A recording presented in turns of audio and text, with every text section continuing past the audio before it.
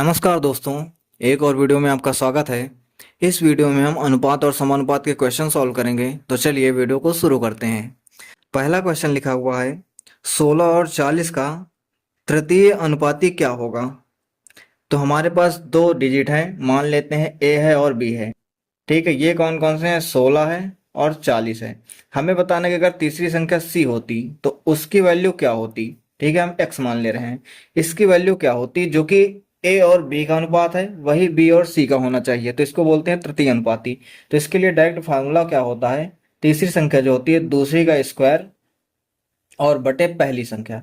इससे क्या हो जाता है, हमें तीसरी संख्या मिल जाती है। इसको अगर हम निकालेंगे तो बी की वैल्यू है 40, तो कर देंगे 40 का स्क्वायर बटे इसकी वैल्यू है 16। अब इसको अगर हम 4 से काटते हैं तो 4 चौक 16, 4 से इसको काटेंगे तो 10 आ जाएगा, फिर से 4 से काटेंगे इसको तो 10 आ जाएगा।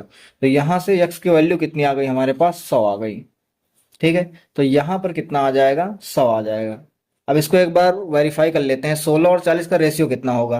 देखो 16 रेशियो 40 अगर हम निकालते हैं तो 4 से काट देंगे इसको, 8 से कट जाएगा, 8 दूनी 16, 8 45 कितना आ गया? 2 रेशियो 5 आ गया। अब ये और नहीं कट सकता।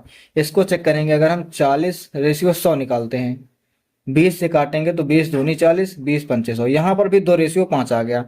ये वेरीफाई हो गया। यानी कि तीसरा तृतीय अनुपाती का मतलब वही होता है कि जो पहली दो संख्याएं जिस अनुपात में है दूसरी और तीसरी संख्या भी उसी अनुपात में हो। तो इसका आंसर कितना आ जाएगा? 100 आ जाएगा। तीसरी संख्या कितनी होगी? 100 होगी।